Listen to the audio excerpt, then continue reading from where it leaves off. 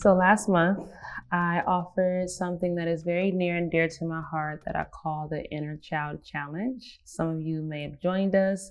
The last time I offered this, and that was the first time, was in 2020. I think October 2020. It was the fall. And it was so powerful and it really changed me so much that I think I needed a break. I couldn't just offer it again like in 3 months or something. It was those type of offerings that I really needed, and I offered it to have a collective experience with it, and it really was deeply transformational.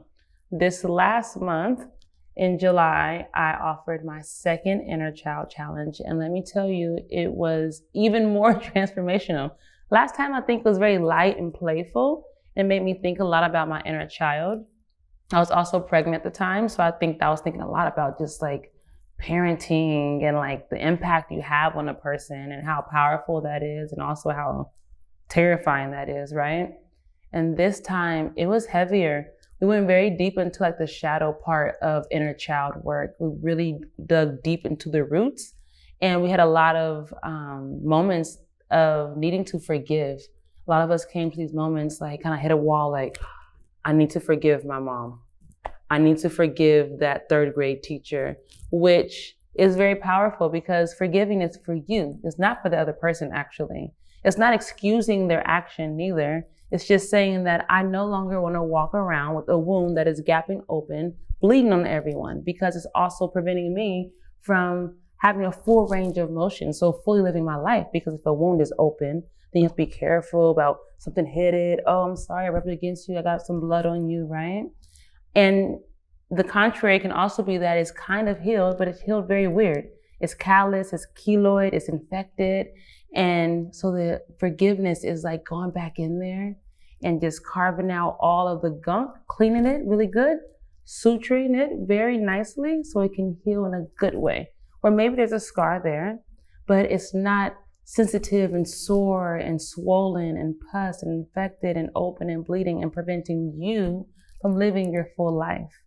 So we went deep. It was for 5 days, and it was through my personal platform called Virtual Circle. And it was very sweet. And it was like kind of like I went to like a bit of a cocoon. Like as I was going through the challenge myself, I noticed that I needed more and more and more to go inside. Lots of solitude. Even with my partner, I was like finding myself like I need some space, because doing that type of work is heavy. It's not so light and easy. And even if you feel like me and my mom have a great relationship, she's my best friend, there's still so much to unpack, right? About that 6-year-old you and that 12-year-old you. And what I took away most was the teenager me. So each day we focused on different ages, and the last day was age 13 to 18. And that day absolutely brought something to me that I was not expecting. I realized that the teenager me, and maybe you too, would trick herself to think that she was the only one experiencing things. So sometimes in life now where I feel like no one gets it, I feel misunderstood, I feel like there's no space for me in this world. It's absolutely the teenager self inside of me who needs attention. She needs love. She needs me to look at her and say, sweetie, you are not alone. There's not a thing you've ever experienced that no one else in the world has also not experienced, that you have people all around you actually right now who would love to love on you right now. You don't have to go into your room and isolate yourself. You can pour into yourself and also reach out to others. And it reminded me how important it is to build community and to really lean on that community. So that was my biggest takeaway from the challenge. And it made me super excited to see lots of new faces in Virtual Circle. And so welcome to all of our new family members. It's been so nice to see you around. And what's even more exciting is that I ran a sale for everyone who joined Virtual Circles. The Inner Child Challenge. I'm like, thank you so much for joining us. I felt super generous. My heart was so open at the end.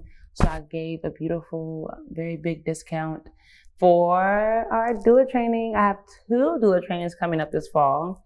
For those who do not know, I have the POC cohort for people of color only. And then I have the all Black cohort for folks who identify as Black. And they'll be happening at the same time. So don't let the dates mix you up, right? It's both happening at the same time. It's running alongside each other. And we will have moments sometimes when we maybe, join paths, but they're really two different cohorts and two different trainings in that way, right? And the training, I've totally revamped it because I'm realizing now I have this thing with me where if I do something once, I have to do it better the next time. Like every time I have to grow. So something that I'm pouring into this next cohort coming up, or I should say these next two cohorts coming up in September, is really like going deeper into resources for y'all.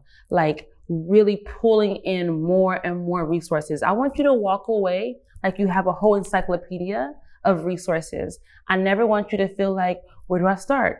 Where do I start? I've been racking my brain trying to support and answering this question because I get that question the most. But what do I do now that I took the training to be a doula? What do I do?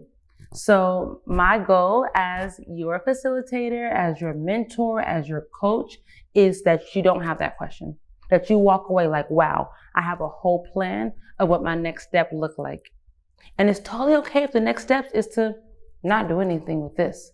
I need a break from doula work. I thought I was ready. I'm not ready.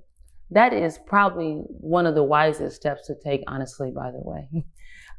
So the doula trainings are coming up. I've totally revamped them. If you don't know, we have all new videos, all new content, so many things for you to walk away with. I'm making worksheets just for you. We have a workbook that everyone gets mailed to them to support them alongside the training. And one of my most excited, I'm so excited about this next offering. I can't even get it out because I have been craving intimacy and connection in my life, period. Like in my personal life, with my friends, with my partner, with my mom, everyone, I'm like, I just need this. Look at me in my eye, one-on-one time. Let's just do it real slow together. I don't want to go to an event. I don't want to be out. I just want one-on-one with everyone that I love, right? And it's also translated into my work. And how that looks is that I am finally going back in person. After spending 3 years online teaching, I have screen fatigue. I'm so over Zoom codes and Zoom IDs, and really, I just miss not knowing who my students are. This is the first time in my entire career of teaching where I don't really know you. I don't know you. I don't know how tall you are. I don't know what kind of clothes you wear, because all I see you is behind a little small Zoom picture screen, right? And many of y'all turn your cameras off at some point because you're stuffing your face with waffles in the morning. I don't know, right? I'm so excited to get back in person. So in 2023, I'm dedicating the whole year to in-person offerings only.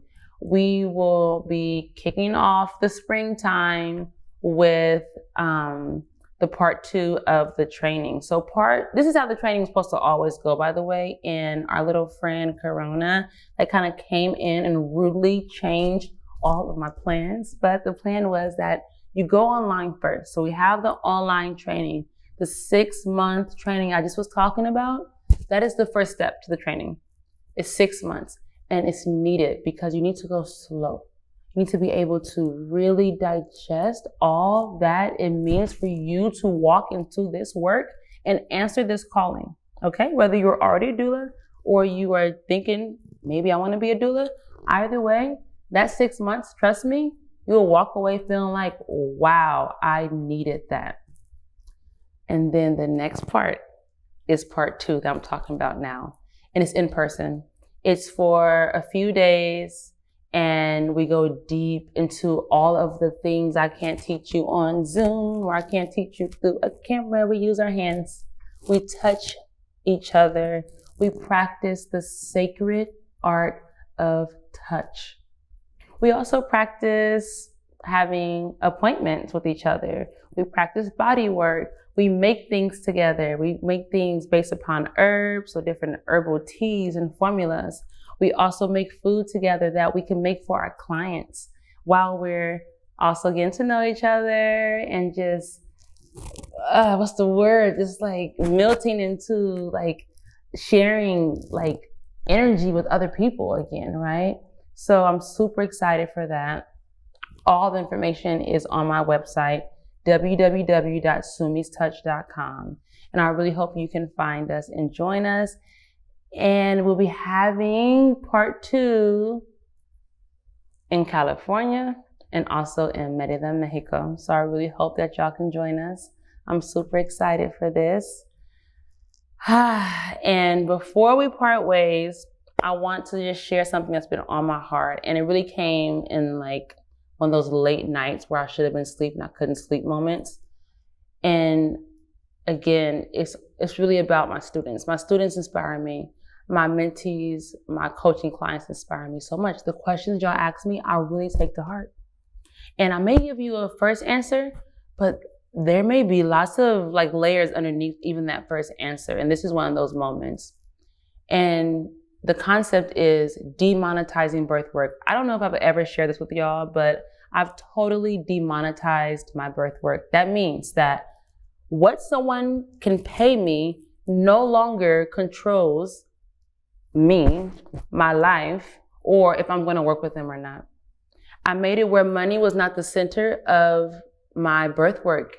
And it feels so good. I've been here maybe like 2 years now, like fully demonetized my birth work, where if you can pay me $1 or $1 million, that is not going to determine if I say yes to you. I now think about how it feels in my body to just imagine us working together. I now think about, are we aligned? Be it the birth window, be it the requests that people have, the place they want to give birth, also for like abortion and loss clients, just the timing, postpartum clients, the timing. I just feel into it for all the other parts that really matter, because you can pay me my asking price, but if we're not aligned, I'm not going to enjoy serving you. And how I feel matters. But I cannot focus on how I feel if I'm thinking about my rent needs to be paid. If I'm thinking about I need food in my fridge. I no longer want to think about those things when I'm taking on my clients. I think this is also a very important step in decolonizing the work. We always talk about decolonize birth, take back birth, right? And I think a big part of doing that is demonetizing birth work. So instead, how do you make money? You are a full person. There's so much more you can do outside of birth work that complements the work. So I do all kinds of things outside of birth work that bring in money, but birth work is not my bread and butter. This has totally freed me so much. Like, I've been taking a break right now, for instance, from birth work, just because I need to. And previously I would need to take a break and I couldn't, because rent, because food, right? And now I get to take care of myself. So therefore the work is not breaking me down. That when I come up to the work again, I'm refreshed. I have like good energy, and my clients feel that and they get that. And that's what this work is really about. It's about showing up as your best self for the most sacred and vulnerable moment of people's lives. So I'm gonna leave that right there with you. Take it how you want to. I hope it inspires you. If you want to know more about that concept, I made a lecture, one of my latest lectures, called Mind Your Doula Business. You can find it on my website and check it out if you want to be like, Sumi, what are you talking about? I have a lot more information there for you, okay? Have a wonderful month, and I'll see you next month. Peace.